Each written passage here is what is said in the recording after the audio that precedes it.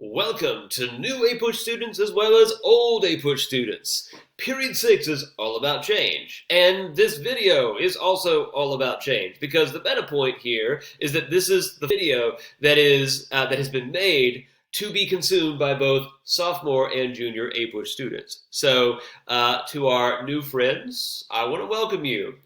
It might take a while to sort of get used to me and my insanity. I'm still not used to me and my insanity. But look, I'm not as crazy as this guy, which is, well, this guy is maybe a mental image that we associate with the Gilded Age. The Gilded Age is the time period of funky facial hair, of posh people, of mansions, of Mark Twain and glitz and glamour. But really, period 6 is all about revolutionary changes. And it already comes on the heels of maybe the most revolutionary change of all time in American history, the end of the American Civil War. The end of the American Civil War is very often where the course is sort of divided in two, because it marks the closure of many problems, but the continuation of many more. So just kind of a recap, remember that Reconstruction is in the background for at least half of this time period. And even though Reconstruction starts off with pretty radical goals, the transformation of the South into an industrialized society, the liberation of African American slaves, and their transition to sort of this, from property to property owning individuals, those goals kind of fall flat. Slavery does end thanks to the 13th Amendment, but as most of you well know, you see the reemergence of white supremacist governments in the South, starting in the late 1860s and early 1870s.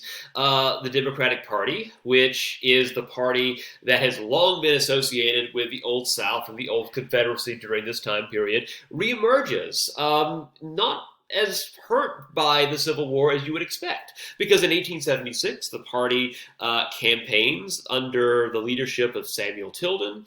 The election of 1876 is hotly contested, and a congressional committee basically awards the presidency to Rutherford Hayes, but in exchange for that concession, Democrats get home rule in the South.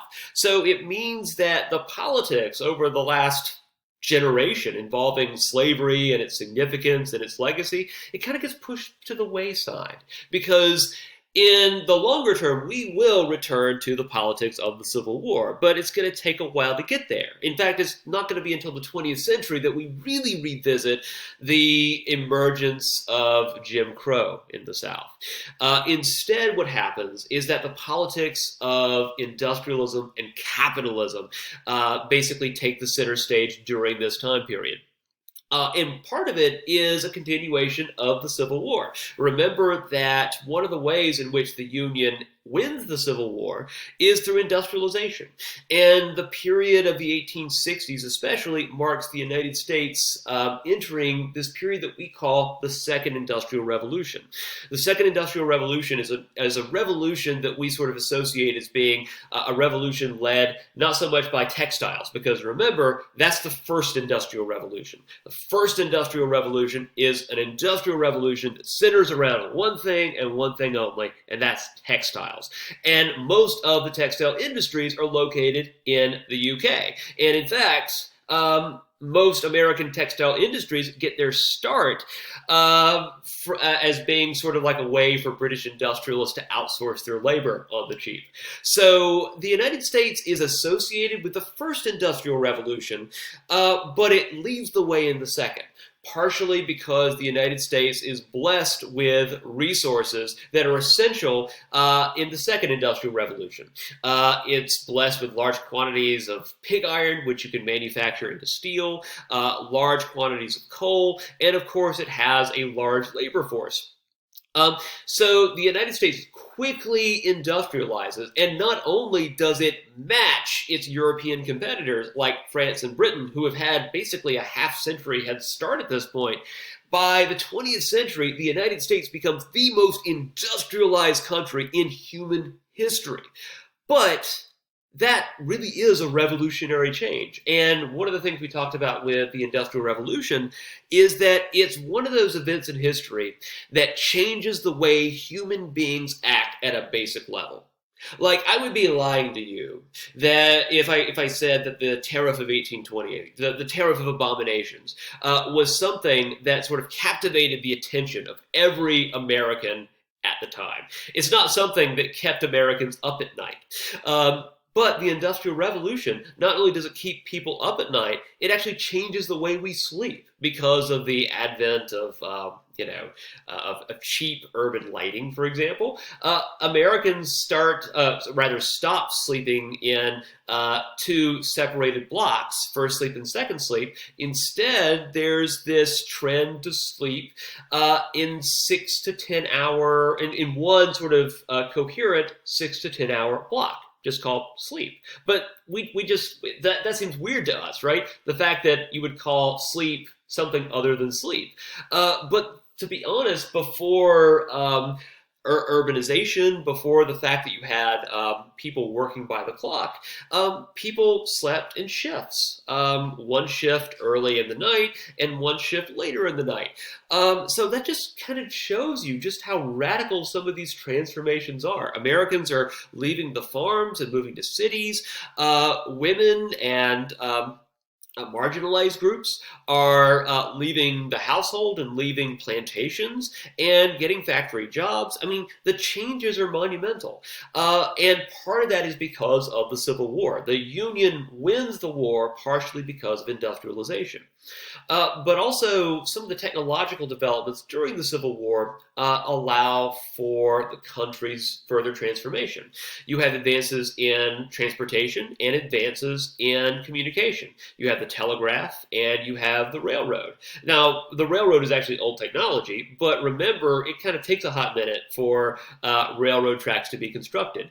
But by the end of the Civil War, you can begin to see, the sort of the end of the Transcontinental Railroad in sight. And by 1869, in Promontory Point, Utah, the Transcontinental Railroad is finally established, and you can go from one end of the country, not in just a few months, but maybe in a week.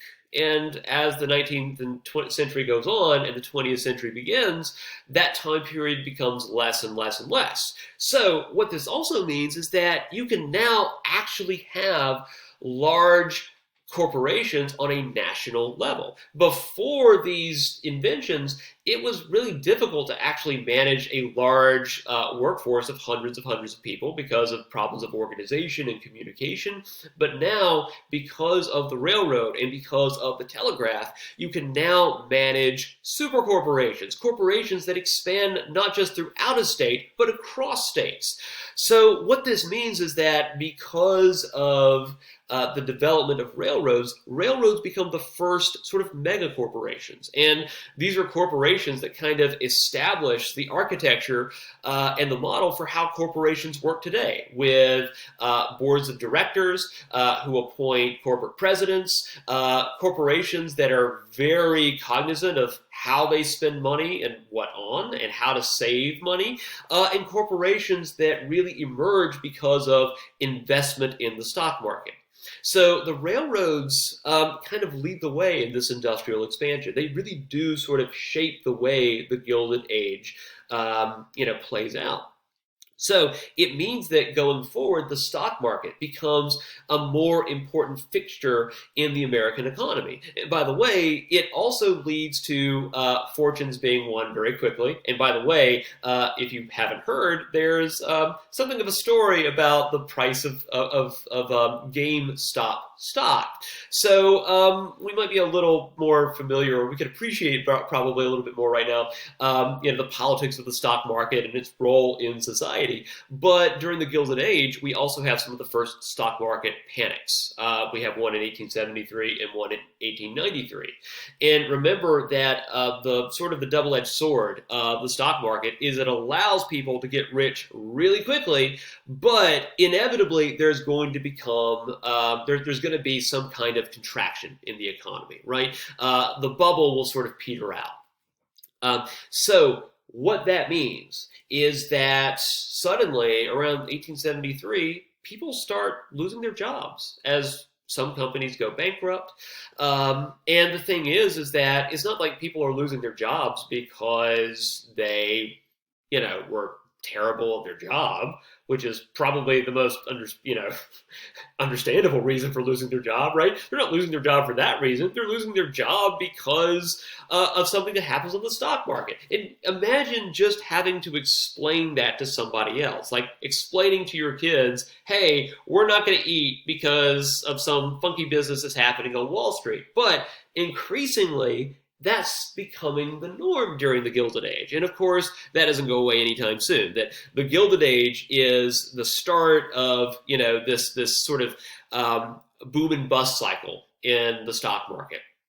And part of that is because of the fact that railroads help basically lead the capitalist revolution, this revolution of laissez-faire capitalism. And remember that capitalism is the idea that the private sector has control of the means of production. What that means is the private sector basically controls the things that produce wealth, that produce capital. And capitalism, especially laissez-faire capitalism, which believes, in addition to all that the government shouldn't really intervene in the economy, laissez-faire capitalism is, to a certain extent, a very new idea. It's developed by Adam Smith in his book, The Wealth of Nations, published in 1776. But remember that the United States wasn't really a laissez-faire capitalist country. A series of governments, either led by the Federalists or the Democratic Republicans, and later the Democrats, openly intervened in the economy. The Federalists openly supported businesses, and the Democratic Republicans, and later on the Democrats, also took steps to intervene in the economy to a lesser extent.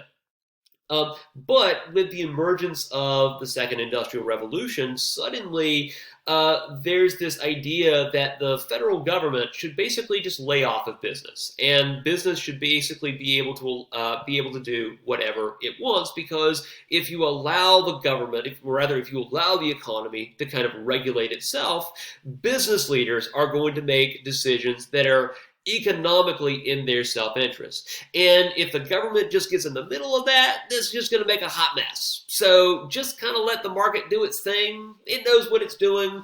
The government shouldn't really get involved. But the thing is that this leads to the emergence of corporate leaders, robber barons. And I know you sophomores have had to sort of compare and contrast whether robber barons like J.P. Morgan or Cornelius Vanderbilt or John D. Rockefeller are heroes or villains. Wherever you sort of come out on that point, the fact is that these robber barons, in the context of human history, were unprecedented. To be a rich person before the robber barons basically meant that you had to be born into royalty or you were part of the established nobility. The thing is that none of the robber barons, with the possible exception of J.P. Morgan, were born into wealth. Most of them came from middle class to lower middle class origins, but they became super wealthy. Many of the robber barons were wealthier than entire countries. John D. Rockefeller's Standard Oil, some of my juniors will hate me for repeating this statistic, but I will, controlled up to 90% of the oil industry in the United States and 60% of the oil industry globally. To a certain extent, corporations become more powerful than they've ever become, or arguably than they ever will become during this time period. And because of this, because you see, not just wealth being held by a class, but wealth being held by specific individuals, there's some pushback. As part of the revolution of capitalism, you see pushback come from 2 and eventually 3 different sources. The first pushback comes from labor unions. But one of the things we talked about in this course is that even though there are a series of labor unions that form, the Knights of Labor, the American Federation of Labor, etc., they have trouble organizing. And also, labor unions tend to do too much all at once. They try to challenge the power of robber barons, of their corporate bosses, but they also try to sort of embark upon, political objectives. And it's one of those things where you can't have your cake and eat it too. You have to either focus on improving conditions for workers or pursuing political goals. Also, labor unions tended to be associated with radical politics. And to a certain extent, we should be very conscious of the bias that goes into that, right? The fact that it was very convenient for robber barons and bosses to sort of characterize their workers as being radicals, as being crazy, as being sort of would-be terrorists. But just like, there is a kernel of truth there. And some labor unions were associated with, let's say, some violence. The Molly Maguires come to mind here especially. Going on strike was always risky, and at the end of the day, corporations always had the upper hand. Usually corporations were implicitly or explicitly supported by the federal government. Remember that there's a big railroad strike in the year 1877 called the Great Railroad Strike. Wasn't all that great if you were a striking worker, because eventually what happens is that the federal government basically calls out the National Guard and the striking workers are brutally suppressed. So the fact is that labor unions have a difficult time getting organized. Also, there are legal obstacles to getting organized. Basically, as a precondition for employment, many corporations made workers sign yellow dog contracts in which workers basically promised not to form labor unions. And so what we kind of see is that even during the end of the 19th century, labor unions are having difficulty getting organized and becoming a powerful political force. But the other thing here, though, is that we shouldn't think of the Gilded Age as like this Charles Dickensonian, smog-ridden dystopia. The fact is that for many workers, they were able to make much more working in factories than they ever could have imagined working on farms. And wages during the Gilded Age increased throughout the entire time period. That doesn't mean that people were necessarily happy during the Gilded Age with their plight. What it does mean, though, is that the assumption that workers are being paid next to nothing and being consistently exploited, that's maybe a little bit too simplistic. The thing is that for labor unions, remember that it's not just about wages. It's also about working conditions. And if a worker was injured on the job, there was no real ability to sue corporations, partially because legal representation was expensive. You didn't have any class action lawsuits to help streamline the process. And also, we don't have things like Social Security, which provide, which provides disability. So the thing is that as a worker, you have many things that you could be worried about other than just pay. Also, the fact that many workers had to work anywhere from 60 to 80 hours a week in dangerous conditions. And if you're working in the slicer dicer factory and you start nodding off, you don't have to have a great imagination to understand how that could be a bad thing. But another source of discontent comes from a very different group, Midwestern farmers especially. We talked about several different attempts of farmers in the Midwest to kind of group together, and eventually they formed political parties. And of course, the most famous party of them all is the Populist Party. You should know the Populist Party. I know I'm making myself unpopular by emphasizing that, but the Populist Party is the key to figure out how the Democratic Party becomes the Democratic Party that we recognize today. So the Populists were upset about the expansion of railroad companies, the fact that railroad companies could use the power of eminent domain to force farmers to sell land to the railroad, the fact that railroads were given special protections by the federal government, and on the other hand, the federal government seemingly ignored farmers. Also, the fact that farmers were usually heavily indebted, and the fact that the federal government was supporting monetary policies that made that debt even more burdensome didn't help matters either. So what we see is that throughout the 1880s and 1890s, we see Midwestern farmers start to separate from both of the two parties, Democrats and Republicans. Speaking of that, let's talk a little bit about politics in the Gilded Age. This is the time period where, if you ever remember your presidents, you tend to forget the ones basically after Grant because they all have beards, except for like Grover Cleveland, and they're all entirely forgettable. And there's a reason for that, and that is because basically this is a time period in which political parties are the be-all and end-all, where elections revolve around 80% turnout. At the same time, the political parties themselves don't really believe in very much. The Civil War is over. The politics of abolition and sectionalism sort of, they basically sort of take a step back, and in their place, well, we don't know what's going to take their place, actually. The Republican Party is kind of the pro-business capitalist party. The Democratic Party is the laissez-faire party that's sort of the inheritor of Thomas Jefferson and Andrew Jackson. They don't believe that the government should really do anything because, remember, it goes to that old idea that if you allow the government to do too much, it could eventually become tyrannical. The problem is that if you look at the populists and the labor unions, they want the government to actually do stuff. Maybe to step into labor disputes, maybe to not give corporations privileges. And so this puts a lot of pressure on both parties, but the Democratic Party especially. So maybe not too surprisingly, this is a time period in which Republican presidents generally dominate the political landscape, except for Grover Cleveland, who's kind of like the Democratic Party's one-hit wonder of the time period. But that being said, the Democratic Party is still trying to rebrand itself after its really bad relationship with slavery during the American Civil War, but it eventually does sort of rebrand itself because eventually what happens is that the Populist Party sort of takes the Democratic Party over from the inside out. In 1896, William Jennings Bryan, a Midwesterner, somebody who is kind of close to the frustrations of farmers in the Midwest, is nominated by the Democratic Party and the Populist Party as well to compete against Republican William McKinley.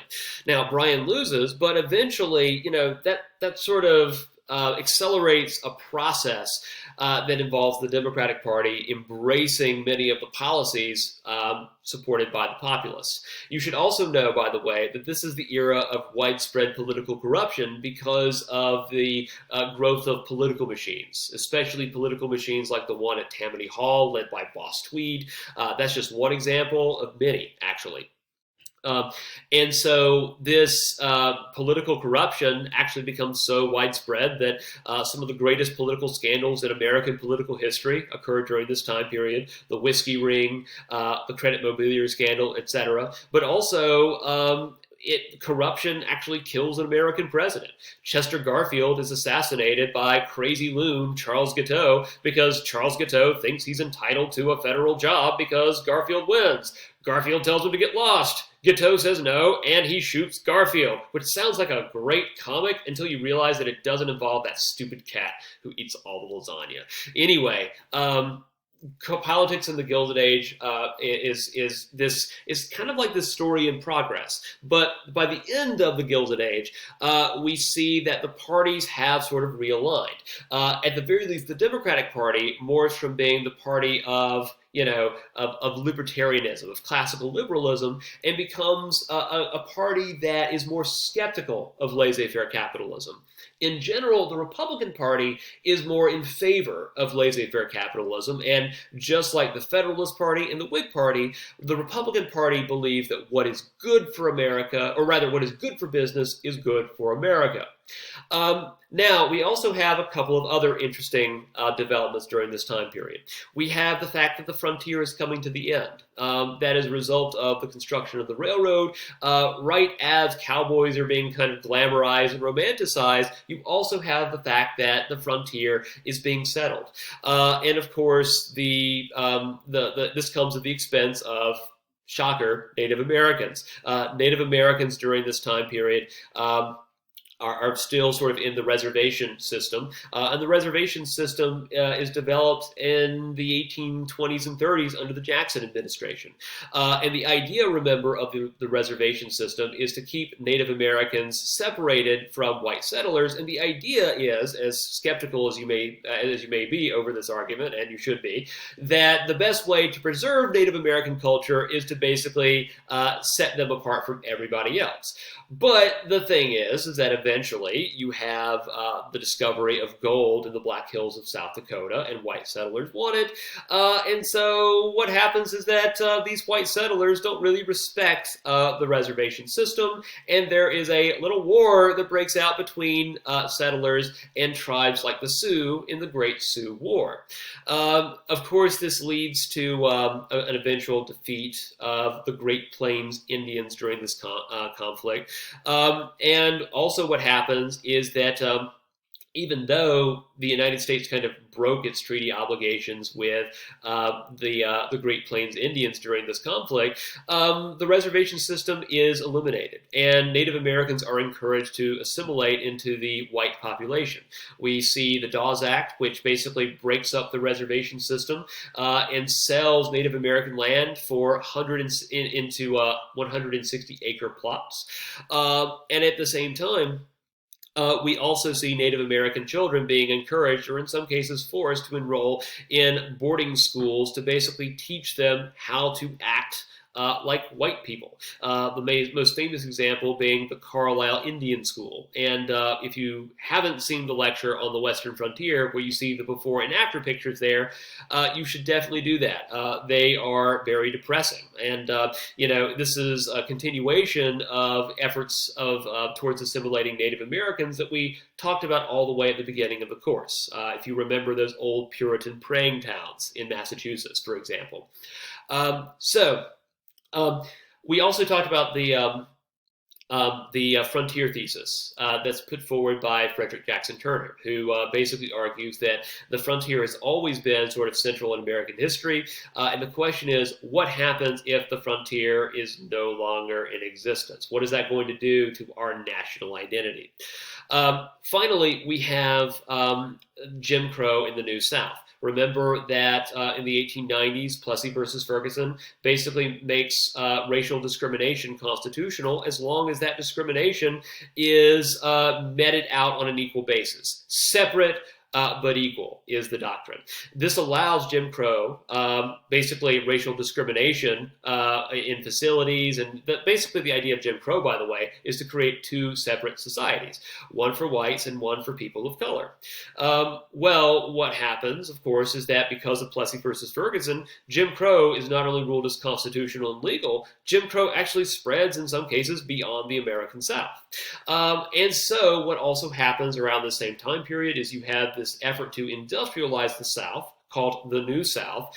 But what happens is, of course, that doesn't quite pan out. The South doesn't become like, a warmer, industrialized North. What happens is that the industries that kind of set roots in the South are those industries that are based in cash crops, like tobacco, like textiles. And you don't see a trickle down of wealth to white Southerners or to African Americans. And remember that African Americans during this time period in the South are still disproportionately working as tenant farmers and sharecroppers. You also have the fact that there's this debate within the African American community on where to go from here, especially after Plessy versus Ferguson. Plessy versus Ferguson. That just didn't sound right in my head. You have Booker T. Washington and W.E.B. Du Bois, who basically have very different ideas on how to go forward. Booker T. Washington basically makes the argument in the Atlanta Exposition speech that African Americans should embrace the opportunities offered by the Industrial Revolution and to basically try to gain economic equality with whites rather than political equality. Basically, the idea is that if money is power, if you get that money, eventually you're going to get power. And if you challenge Jim Crow in the South, you're going to lose. W.E.B. Du Bois takes a very different approach. W.E.B. Du Bois would point out that lynching in the South is still widespread, even after the end of the Civil War. You still have white supremacist groups. And the NAACP, which was formed during this time period, wasn't really formed so much to fight Jim Crow as to protect African Americans, protect the right not to be lynched for African Americans. So in that context, W.E.B. Du Bois kind of takes the approach that you can't negotiate with terrorists. It's not enough to try to gain economic equality. It's what should happen is that basically Jim Crow should be directly challenged. And W.E.B. Du Bois believes that this is possible by basically nurturing a group of highly educated, politically conscious African American civil rights leaders. This is called the Talented Tenth. And so what kind of happens is that we see this division within the African American community over how to proceed from here. W.E.B. Du Bois kind of takes the more radical approach that you can't compromise with something that is fundamentally evil. Booker T. Washington takes the approach that if you don't compromise with evil occasionally, evil might kill you. And so it's better to get some change now, especially in education, in job opportunities, than to try to get everything you want now and potentially get killed. We're going to see a very similar debate between Martin Luther King and Malcolm X later on. But again, what's happening around this same time period, though, is the fact that African Americans are beginning to move into northern cities during the Great Migration. That's a process that will continue for the next 30 years or so. But by the 1920s, over half the African American population in the United States lives in the North, whereas before 1890, roughly 90% of them lived in the South. So it's a very radical transformation that happens in just a few decades. Finally, we have immigration and urbanization. So what's happening during this time period is because of the Second Industrial Revolution, cities are getting larger than ever before, and partially that growth is fed because of factory jobs and immigration. Nearly 28 million Americans or immigrants immigrate to the United States during the Gilded Age. In places like New York, Chicago, Philadelphia, and this means that the growth of the cities can't keep pace with the growth of immigration. This, by the way, helps to sort of explain why you have, communities that form around the basis of some shared ethnicity or nationality in these cities. But also, it goes a long way to explain the emergence of the progressive movement. This is the third movement that's responsible for pushing back against the robber barons during this time period. And the progressive movement is a group that's led by politically conscientious, mostly intellectuals, mostly middle class to upper class individuals, and many of whom were sort of bought out by the robber barons. They were sort of old money to a certain extent. But these are individuals who challenge, among other things, corruption in cities, who challenge the plight of the poor and try to bring attention to it. And they're also very often motivated by religion. We have the social gospel movement, which basically is kind of an attempt to create the kingdom of God on earth, and an emphasis on Christian charity to those in need. But many of these progressive reformers become very influential. Ida Tarbell is a muckraker, a journalist who sort of openly endorses and supports a particular goal or position. Ida Tarbell writes a book called The History of Standard Oil, and apparently attracts so much attention that Standard Oil is eventually eliminated under the Sherman Antitrust Act. And Standard Oil at the time was the biggest corporation in human history, and it is killed by a progressive journalist, who, by the way, is also female. And by the way, that also kind of helps explain why the progressive movement is so important in explaining the emergence of female suffrage by the year 1920. But you see a lot of reforms in the progressive movement, including consumer protection, eventually, reforms at the local level, basically cleaning up political machines, the creation of the anonymous ballot, And eventually, you also see other progressive reforms enacted later on, like the income tax. The most progressive reformer, maybe arguably the most successful progressive reformer, Theodore Roosevelt, we'll cover in the next unit. But that just kind of gives you the background for progressivism, immigration, Jim Crow in the New South, the end of the frontier, pushbacks to capitalism, the capitalist revolution, and the second industrial revolution. There's a lot of stuff going on, but that gives you kind of the Cliff Notes version. Thank you, new APUSH students, for your attention, and I will see you in class.